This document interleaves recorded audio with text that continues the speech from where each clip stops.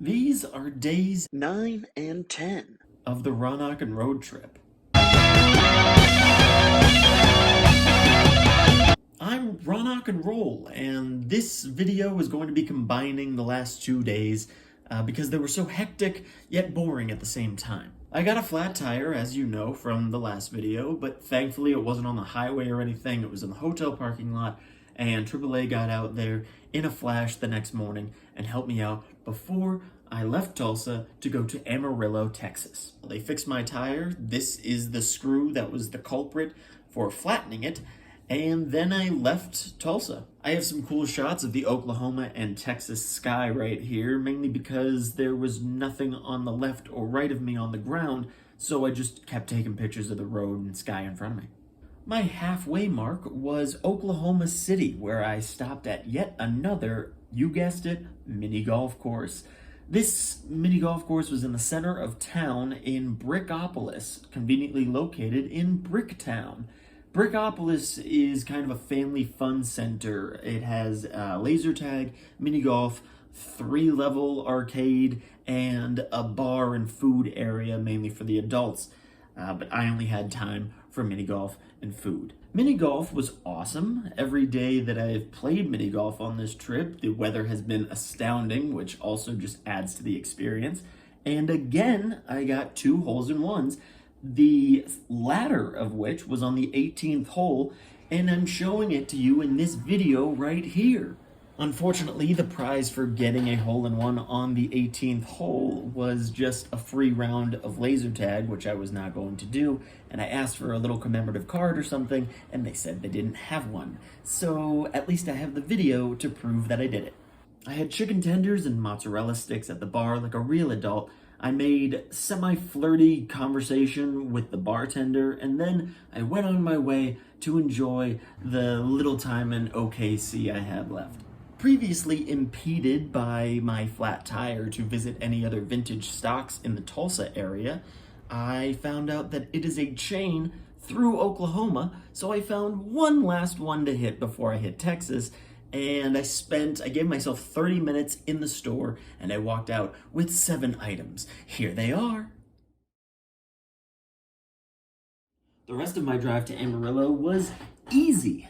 Once I got there, I needed dinner, and I went across the street to the Outback Steakhouse, to which I have never been. Then I got a bloomin' onion, which I don't understand the appeal of because it is just a deep-fried onion. And the second thing I got was grilled chicken and grilled shrimp on fettuccine alfredo, which was incredible. It surprised me with how good it was. That's the end of day 9, Day 10. Here we come. Hi again, I'm Ronoc and Roll, and day 9 was another travel day because Amarillo was just a one-night stopover. But before I left Amarillo, there were 2 roadside attractions that I had to hit, one being Cadillac Ranch and the other being the Legs of Amarillo. The legs were cool to see in person. The only bummer was that there were gates blocking me from getting any further, so this was the best shot that I could get. I also read that Mary Shelley of Frankenstein fame came across these ruins with her husband that inspired this brilliant poem from her. The Bruce Springsteen song Cadillac Ranch is all I really knew about the location until recently.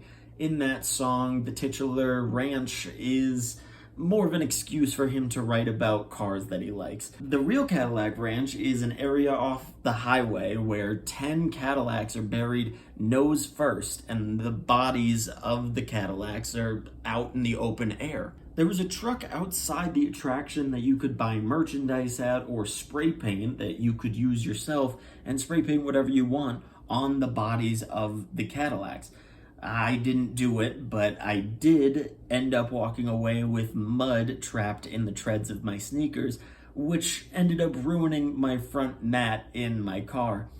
But it was worth it in the end. Getting back on the road was simple. The whole drive was no more than 4 hours. The last stop I made was for gas at a Pilot gas station / travel center. And when I walked inside, there was a Cinnabon.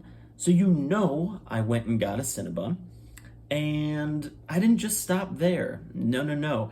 I am a man of many tastes, and I thought, you know what would be good now? I want some gas station meatloaf and mac and cheese. And that's exactly what I got. I don't care what you say. I was hungry, it was tasty, so it worked out. Nobody got hurt.